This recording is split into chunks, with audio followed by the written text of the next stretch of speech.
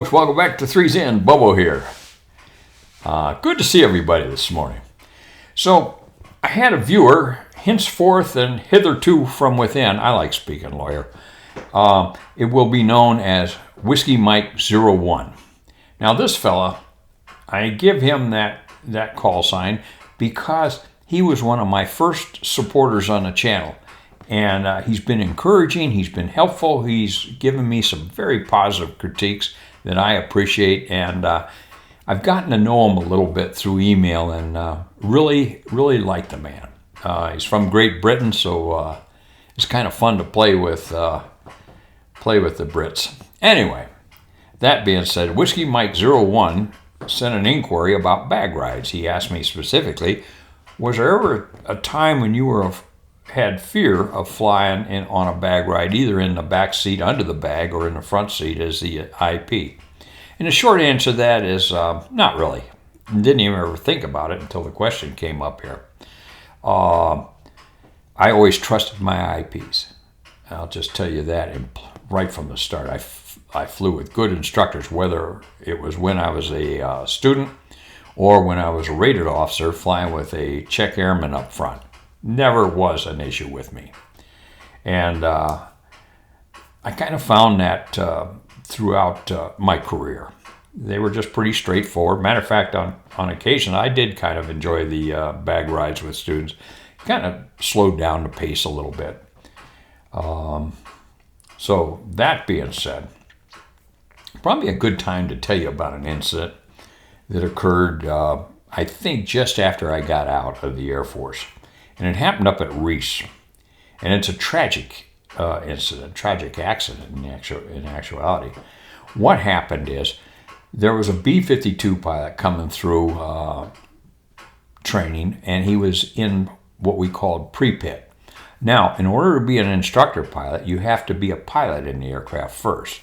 So we would give individuals coming into the program, we give them, I don't remember what, 4, 5, 6, 5 rides in contact, give them a contact check, and then 4 rides and instruments and give them an instrument check. Then they're P-qual. Then we could send them down to Randolph for the IP school. Now this is a bit of a hoot. When I went through PIT the first time, pre-pit was done at the individual basis. And then they got a new college boy. In the civilian world, they're called associates. The guys in the khaki pants and the white shirts will walk around. Give me a break. Anyway, so this college boy up at command decides, you know what, rather than have pre-pit at all these out bases, why don't we just bring it all down to Randolph? And we can do a lot better job, standardization, yada, yada, yada. So they did that for a while. And then after a while, they got a new college boy that came into managing the program. He says, I think we're better served having it at the bases. They can learn local procedures where they're going to actually be instructing, and yada, yada, yada. You get the picture, okay. So at this time, the cycle was, pre-pit was at the local base. This incident took place at Reese in Northwest Texas. Reese is now closed. Anyway, so these guys had a Dark 30 departure for a bag ride. It was going to be a ride over to Cannon Air Force Base, not very far away. And briefing time came, no IP. Well, what the hell? They go down the snack bar, look around, no, not there. So they decide to call him. And the way he answered that phone, right away, hell, wake up. Oh, crap.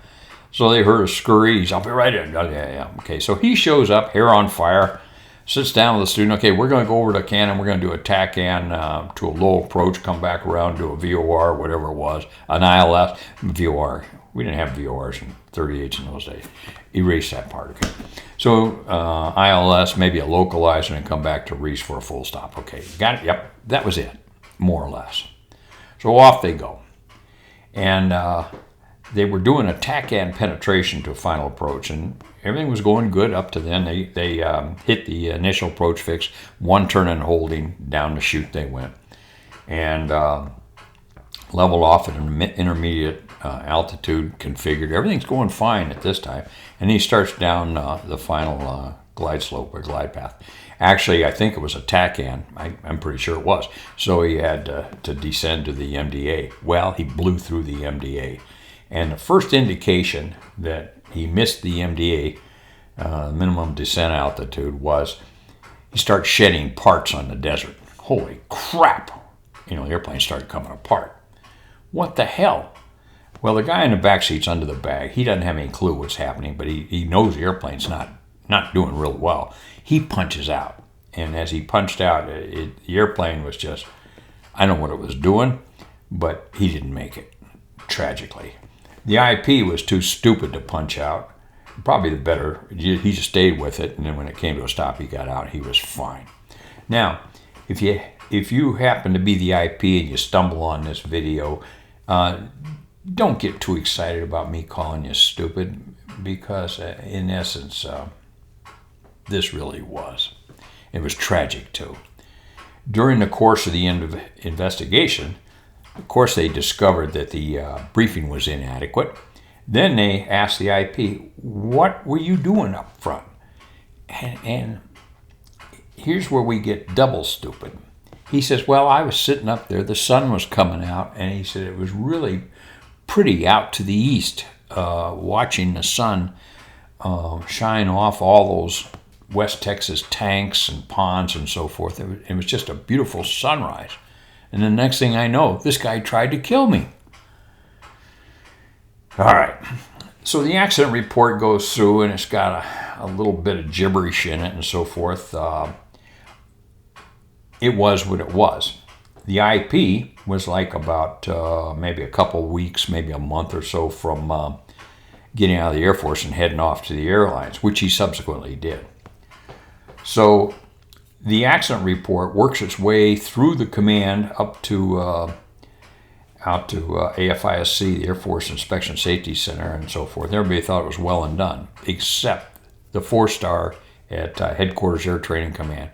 When he read it, he just went nuts. He said, this is insane to let this guy off like this. So really remarkable. They recalled him back to active duty and conducted an FEB on him, a Flight Evaluation Board, held an FEB on the accident. The FEB, the president was a friend of mine, still is a good friend of mine. And he was telling us they brought this kid in, showed absolutely no remorse for it, still held to the fact that the B-52 pilot was trying to kill him and so forth.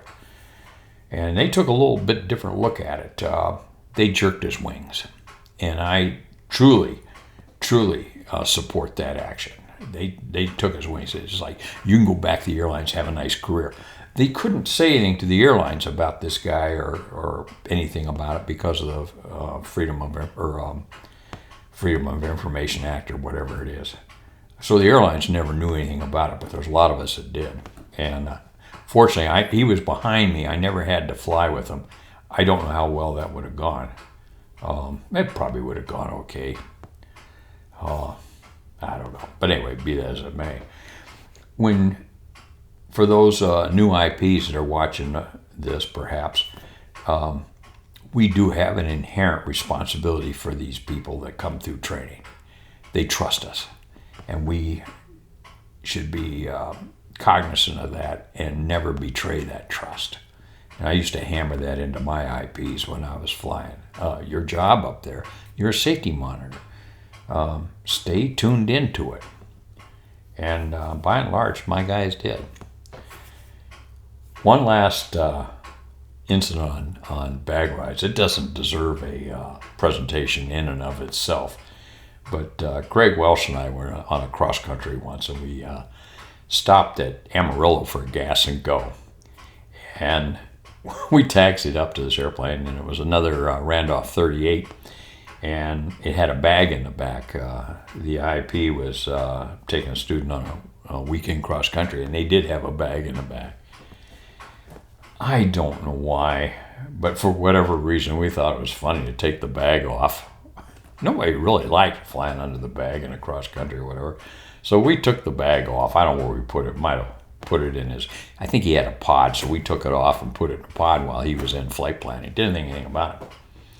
Didn't think anything about it for about 3-4 weeks. So we're sitting around threes in one evening and just talking about general stuff. And the IP says, I had the damnedest thing happen a few weeks ago on a cross country. What's that? He said, well, we took off and we had a bag for the student to fly instrument approaches. And then we stopped at Amarillo, and he said, we came out the airplane. I didn't pay much attention to it, but after a couple more legs, I wanted to fly another instrument sortie. We couldn't find the bag.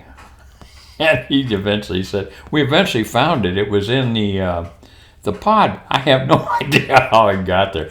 Craig and I are just splitting the gut because this guy he was a nice guy, and we shouldn't have picked on him. I apologize for that. Well, maybe not. But so it wasn't until about 2 or 3 weeks, maybe a month later, that it dawned on him, wait a minute, what the hell happened? Anyway, Whiskey Mike 01, I hope that answers your question. Good to see you this morning, and we'll be in touch. This is Bobo Base Gear Stop.